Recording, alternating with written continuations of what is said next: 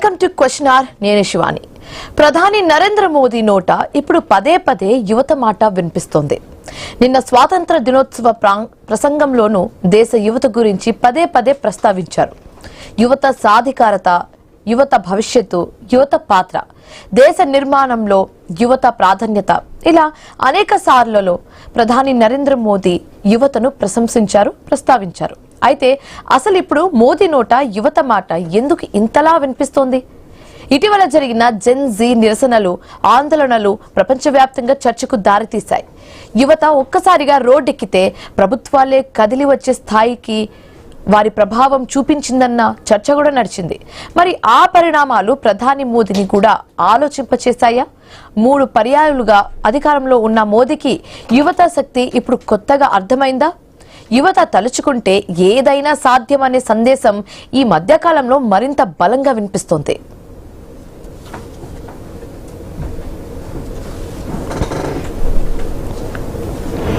AI का विस्तार बहुत तेजी से बढ़ रहा है. लाल किले से मैं देश के नौजवानों के लिए घोषणा करना चाहता हूं. हमने तय किया है कि आने वाले 1 वर्ष में 1 करोड़ युवाओं को एआई स्किल के लिए ट्रेनिंग देने का हम काम करेंगे, ताकि हमारा देश का नौजवान एआई की दुनिया में भी नेतृत्व करने का सामर्थ्य है. ఇటీవల యువత నిరసనలు, సోషల్ మీడియా ఉద్యమాలు ప్రభుత్వాలపై ఎంతటి ప్రభావం చూపగలగవో పలు ఘటనలు చూస్తేనే అర్థమైపోతున్నాయి. ఈ నేపథ్యంలోనే రాజకీయ పార్టీలన్నీ జెన్ జీ వైపు చూస్తున్నాయా? ఇప్పుడు ప్రధాని ఏ కార్యక్రమంలో అయినా మాట్లాడినా యువత ప్రస్తావన రావడం వెనుక రాజకీయ వ్యూహం ఏదైనా ఉందా? లేక యువతకు సంబంధించిన భవిష్యత్తు సవాళ్లను ముందుగానే గుర్తించిన విధానమా? మరోవైపు ప్రధాని నరేంద్ర మోదీ చేసిన దిమాగి నక్సల్ వ్యాఖ్యలు కూడా చర్చనీయాంశంగా మారాయి. ఈ వ్యాఖ్యల వెనుక ఆంతర్యమేంటి?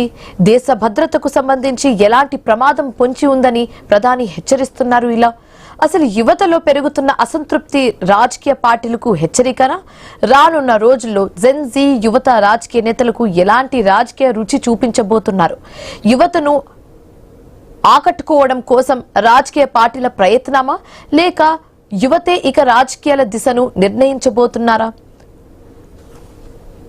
तक देश की सत्ता में माओवादी सोच के लोग गलियारों में अपनी जगह बना करके बैठे थे. सरकारी कमेटियों में सलाहकार के रूप में भी ये माओवादी सोच ने नीतियों को प्रभावित किया था. मेरे प्यारे देशवासियों, जंगलों में हमें हथियारी नक्सलों का खात्मा बुलाने में, उस संकट से देश को मुक्त कराने में सफलता मिली है. लेकिन हथियारी नक्सल तो गए, लेकिन दिमागी नक्सल, ये दिमागी नक्सल मौके की तलाश में है. हिंसा, अराजकता के वो रास्ते खोज रहे हैं. समाज को गलत राह पर రైట్ గా ఇదే అంశానికి సంబంధించి మాట్లాడడానికి ప్రస్తుతం మనతో పాటు జాయిన్ అయ్యారు మన్నెం కోటేశ్వరరావు గారు, విశ్లేషకులు. ఆయనతో మాట్లాడే ప్రయత్నం అయితే చేద్దాం. So good afternoon. మనం చూసాం నిన్న ప్రధాని నరేంద్ర మోదీ ప్రసంగం ఇచ్చారు. ఆ ప్రసంగంలో పదే పదే యువతకు సంబంధించి మాట్లాడడం కూడా మనం చూసాము. సో ఏంటి పదే పదే యువత అని ఒక వర్డ్ మెన్షన్ చేయడం వెనకాల ఏమైనా రాజకీయ కోణం దాగుందా? పొలిటికల్ డైమెన్షన్ ఏమైనా ఉందా? సో ఇందులో ఖచ్చితంగా ఉందండి. ఎందుకంటే సిజేపీ ఉనికిలోకి రాకముందు ఎవరైనా నరేంద్ర మోడీ సర్కారు విధానాలను విమర్శిస్తే దాన్ని ఖాతరు చేయకపోవడం, లేకపోతే ఏదో విధంగా బ్లేమ్ చేసి తోలనటువంటి పెద్దలు ఈ ఉద్యమం తర్వాత మాట మార్చి మొత్తం యువత పాట పాడుతున్నారు. బీజేపీకి మాతృ సంస్థ అంటే బీజేపీని ఏర్పాటు చేసినటువంటి ఆర్ఎస్ఎస్ ప్రధాన కార్యదర్శి మోహన్ భగవత్ కూడా నిన్న ఏం మాట్లాడారు అంటే, యువతకు ఉద్యోగాలు లేకపోతే నైపుణ్యాలు లేకపోతే బద్ధంగా మారుతారు అనేటువంటి విషయాన్ని ఆయన చెప్పాల్సి వచ్చింది. అదే సమయంలో ఎర్రకోట మీద చేసినటువంటి ప్రసంగంలో నరేంద్ర మోడీ గారు 1 కోటి మందికి ఏఐ స్కిల్స్, కృత్రిమ మీద స్కిల్స్ ని మేము అందిస్తామని చెప్పేసి ఆయన చెప్పాల్సి వచ్చింది. అదే సమయంలో సుప్రీంకోర్టు ప్రధాన న్యాయమూర్తిగా ఉన్నటువంటి ఆయన మిశ్రా గారు, ఆయన ఏం చెప్పారు, నల్సార్ విశ్వవిద్యాలయ విద్యార్థులు ఆయన రాకను వ్యతిరేకిస్తూ స్నాతకోత్సవానికి పిలవద్దు అనే రాసినటువంటి లేఖ మీద bar council of India chairman, BJP ఎంపీగా ఉన్నటువంటి వ్యక్తి వాళ్ళకి ఎక్కడ కూడా ప్రాక్టీస్ చేయడానికి వీలు లేకుండా నిషేధం విధించాలని చెప్పేసి ఒక నిర్ణయాన్ని ప్రకటించారు. సరే, దాని మీద వచ్చినటువంటి నిరసన తోటి వెంటనే కొద్ది గంటల్లోనే వెనక్కి తీసుకున్నారు. అది తీసుకున్న తర్వాత అదే సుప్రీంకోర్టు చీఫ్ జస్టిస్, అసలు మీరెవరు, ఏదన్నా ఉంటే ఆ విద్యార్థులు మా మధ్య మేము తేల్చుకుంటాము, మధ్యలో మీరెవరు ఇలాంటి ప్రకటన చేయడానికి అని చెప్పేసి సిజేఐ కూడా తీవ్రంగా వ్యతిరేకించాల్సి వచ్చింది. చివరికి ఆ బార్ కౌన్సిల్ చైర్మన్ క్షమాపణ చెప్పాడు. అంటే ఇవన్నీ కూడా ఏమిటంటే యువతను నిర్లక్ష్యం చేసినా, లేకపోతే యువతను తోలనాడినా, లేదా యువతను మరో విధంగా బ్లేమ్ చేసినా గానీ ఇవాళ దేశంలో సహించేటువంటి స్థితి లేదు అన్నది అటు న్యాయస్థానంలో ఉన్నటువంటి ఉన్నత ప్రధాన న్యాయమూర్తి నుంచి బీజేపీని నడిపేటువంటి ఆర్ఎస్ఎస్ ప్రధానమంత్రి వీళ్ళందరూ కూడా గుర్తించాల్సినటువంటి పరిస్థితి సిజేపీ ఉద్యమం తీసుకొచ్చిందనేది మనకు స్పష్టంగా తెలుస్తా ఉంది. ఎర్రకోట ప్రసంగంలో ప్రధానమంత్రి గారు మరొక ఆరోపణ చేశారు. గతంలో ఎవరైనా మోడీ సర్కార్ విధానాలని విమర్శిస్తే అర్బన్ నక్సల్స్ అని ముద్ర వేసి నోరు మూయించడానికి ప్రయత్నించారు. సరికొత్తగా ఇప్పుడు మేధో నక్సల్స్ అనేటువంటి పదాన్ని ఆయన వాడారు తెలుగులో, మేధో నక్సల్స్, దిమాగి నక్సల్. దిమాగి నక్సల్స్. ఈ మరి మేధో నక్సల్స్ ఎక్కడి నుంచి వచ్చారు? ప్రధానమంత్రి గారు చెప్పిన దాని ప్రకారం దేశంలోని అన్ని వ్యవస్థల్లో వీళ్ళు చొచ్చుకుపోయారు అనేటువంటిది ఆయన చేసినటువంటి ఆరోపణ. అన్ని వ్యవస్థల్లో చొచ్చుకుపోయారంటే మరి ఐఏఎస్లు కావచ్చు, ఐపీఎస్లు కావచ్చు, లేదా న్యాయ వ్యవస్థలు కావచ్చు, ఇతరత్ర ప్రభుత్వ ఉద్యోగాలకు సంబంధించి ఎవరైనా దరఖాస్తు చేస్తే వాళ్ళకి పోలీస్ యాంటిసిడెంట్స్, పోలీసు రికార్డులు, పోలీసు వాళ్ళు రిపోర్ట్ ఇస్తారు. వీళ్ళకి ఎటువంటి ఉగ్రవాద సంస్థలతోనూ లేకపోతే దేశ వ్యతిరేక సంస్థలతోనూ ఎలాంటి సంబంధాలు లేవైతే లేకపోతే లేవని, ఉంటే ఉన్నాయని ఇస్తారు. మరి గడిచినటువంటి 50 సంవత్సరాలుగా మరి పోలీస్ వెరిఫికేషన్ లో వాటన్నింటిని తప్పించుకొని నక్సల్స్ మరి ప్రభుత్వ యంత్రాంగంలోకి చొరబడ్డారు అని ప్రధానమంత్రి చెప్తే దాన్ని ఎట్లా నమ్మాలి, దానికి ఆధారాలు ఏమిటి అనేటువంటి ప్రశ్న. అయితే మరి ఎందుకని మొత్తం నక్సల్స్ అంతటినీ కూడా మేము రూపుమాపేశాము, ఆ సమస్య లేకుండా చేశామని చెప్పి ప్రకటించుకున్న తర్వాత ఇప్పుడు మళ్ళా అదే మేధో నక్సల్స్ ప్రభుత్వ యంత్రాంగంలో ఉండి దెబ్బతీస్తున్నారనేటువంటి కొత్త పాట పాడుతున్నారు.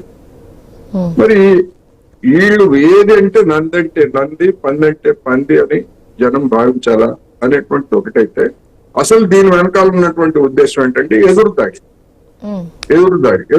దిగారు. ఏమిటి ఎదురుదాడి? మొత్తం ప్రభుత్వ యంత్రాంగంలోనూ, న్యాయ వ్యవస్థల్లోనూ, అన్ని రంగాల్లో కూడా, విద్యా వ్యవస్థలో కూడా ఆర్ఎస్ఎస్ భావజాలం ఉన్నటువంటి మితవాదులు, తిరోగమనవాదులు బాగా చొచ్చుకుపోయారు అనేటువంటిది ఈ 12 సంవత్సరాల్లో జరిగినటువంటి అనేక నియామకాలు, విశ్వవిద్యాలయాల వైస్ ఛాన్సలర్స్ దగ్గర నుంచి రకరకాల, ఇప్పుడు బీసీఐ చైర్మన్ కూడా బీజేపీ. ఇంకొక యాడ్ ఆన్ సార్, ఇప్పుడు నమస్తే మేరే సాథియో నుంచి హలో ఫ్రెండ్స్, ఈ ట్రాన్సిషన్ చూస్తుంటే కూడా అంటే జెన్జీ ప్రభావం ఏ విధంగా ఎంత స్థాయి వరకు వెళ్ళిందో క్లియర్ గా కనిపిస్తుంది. సో అదొక వైపు అయితే, మరోవైపు ఏంటంటే ఈ హలో ఫ్రెండ్స్ ట్రాన్సిషన్ చూస్తుంటే ఇప్పుడు యువత మీద ఎక్కువగా ఫోకస్ పెట్టినట్లుగా కూడా కనిపిస్తుంది.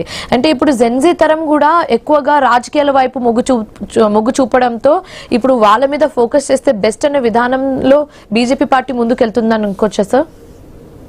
ఖచ్చితంగా. ఎందుకు అంటే నరేంద్ర మోడీ గారు అర్ధరాత్రి పెట్టినటువంటి వీడియోలోనే ఆ భాష శైలి కూడా మార్చుకున్నారు. ఫ్రెండ్స్ అనేటువంటి పదజాలాన్ని మొట్టమొదటిసారిగా వినియోగించారు ఆయన. అంటే దాని అర్థం ఏంటంటే అసంతృప్తి చెందినటువంటి యువతను ఆకట్టుకోవడానికి పాడుతున్నటువంటి పాటలలో భాగం. అయితే ఇది సక్సెస్ అవుతుందా ఏమవుతుంది అనే దానికి వచ్చేసరికి ఇది సక్సెస్ అవుతుందా లేదా అనేటువంటిది ప్రభుత్వం అనుసరించేటువంటి విధానాలను బట్టి, యువతకు కల్పించేటువంటి అవకాశాలను బట్టి ఉంటుంది.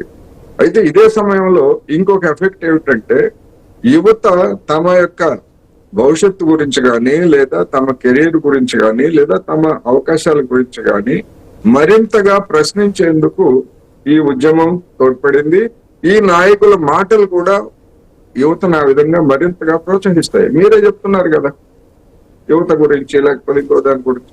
అందుకని రాబోయేటువంటి రోజుల్లో యువత మరిన్ని అంశాల మీద ప్రశ్నించేందుకు సిద్ధం అవుతున్నారు. దాన్ని గమనించే సంతుష్టీకరించడానికి, యువతను సంతుష్టీకరించడానికి ఇలాంటి సాముగారిడీలన్నీ కూడా చేస్తున్నారనేది నా అభిప్రాయం. ఓకే సార్, ఇంకోటి ఇప్పుడు ఈ జెన్జీ చేస్తున్న ప్రొటెస్ట్ ని ఏ విధంగా చూసుకోవాలి గవర్నమెంట్, కేంద్ర ప్రభుత్వం? ఒక వార్నింగ్ గా చూసుకుంటే బెస్టా, లేకపోతే డెమోక్రసీగా కన్సిడర్ చేయడం బెస్టా సార్? అంటే రాజకీయ అధికారంలో ఉన్నటువంటి రాజకీయ పార్టీలు లేదా నాయకులు గాని వాళ్ళ దృష్టి అంతసేపు, ఇప్పుడు పోలీసుల దృష్టి ఎంతసేపు జనం మీద ఏముంటుంది? పోలీసుల దృష్టిలో జనం అంటే నేరగాళ్ల కింద లెక్క. అట్లాగే అధికారంలో ఉన్నటువంటి పార్టీలు ఎవరైనా ఇట్లాంటి ఉద్యమాలు ముందుకు తీసుకొచ్చినప్పుడు తమను కూలదోయడానికి లేదా తమకు వ్యతిరేకంగా అనేటువంటి భావజాలంలోకి వెళ్ళిపోతారు. పోలీసు బుద్ధి ఎట్లాగైతే జనాన్ని నేరగాళ్లుగా చూస్తారు, రాజకీయ నాయకులు తమ పీఠానికి ఎసరు తెచ్చేవాళ్ళుగా చూస్తారు. అందుకని ఆ నాయకుల్లో వచ్చినటువంటి భయంతో కావచ్చు, లేకపోతే ఇక లాభం లేదు ఎందుకు అని ఈ 2 నెలల్లో జరిగినటువంటి చర్చ ఏమిటి అంటే, ఇటువంటి మన ఇరుగు పొరుగు దేశాల్లో అంటే నేపాల్లో కావచ్చు, బంగ్లాదేశ్ లో కావచ్చు, శ్రీలంకలో కావచ్చు జరిగిన పరిణామాలు ఇదే విధంగా యువతను నిర్లక్ష్యం చేస్తే భారతదేశంలో కూడా సంభవిస్తాయా లేదా అది వేరే అంశం, కానీ సంభవించవచ్చు అనేటువంటి అభిప్రాయం ఎల్లడలా వ్యక్తం అవుతా ఉంది. అందుకనే ఆర్ఎస్ఎస్ మోహన్ భగవత్ గారు కూడా యువతకు ఉద్యోగాలు, స్కిల్స్ లేకపోతే వాళ్ళు దేశానికి భారంగా మారుతారు, భారంగా మారినటువంటి వాళ్ళు నిరసనకి దిగుతారనేటువంటి సందేశాన్ని ఆయన నరేంద్ర మోడీ గారు ఇచ్చారు. ఇప్పుడు ఇవన్నీ చూసినప్పుడు ఖచ్చితంగా వాళ్ళు దాన్ని హెచ్చరికగానే తీసుకున్నారు.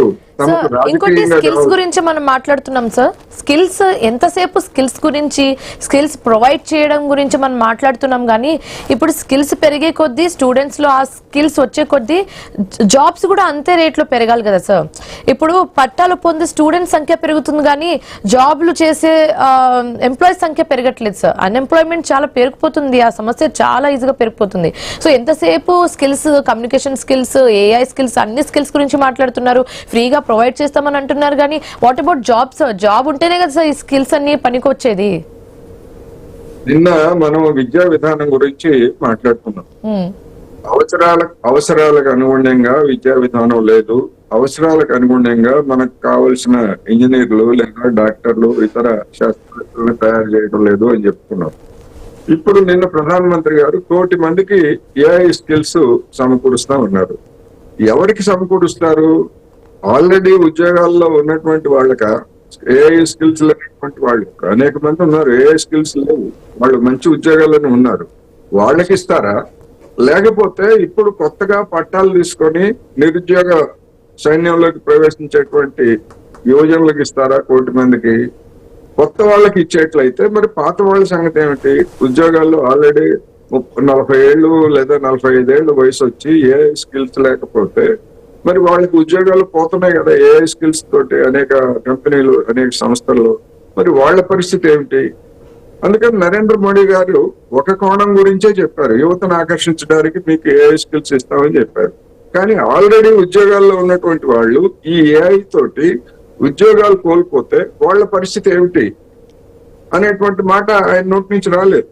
అందుకని ఒక సంక్షోభంలో ఉన్నప్పుడు ఏం మాట్లాడుతున్నాము, దాని పరిణామాలు ఏమిటి, పర్యవసానాలు ఏమిటి, దాని వెనకాల ఉన్నటువంటి ఇవన్నీ కూడా దేశ నాయకులుగా ఉన్నటువంటి వాళ్ళు ఒక సమగ్రమైనటువంటి దృష్టితోటి ఆలోచించాల్సినటువంటి అవసరం ఉంది.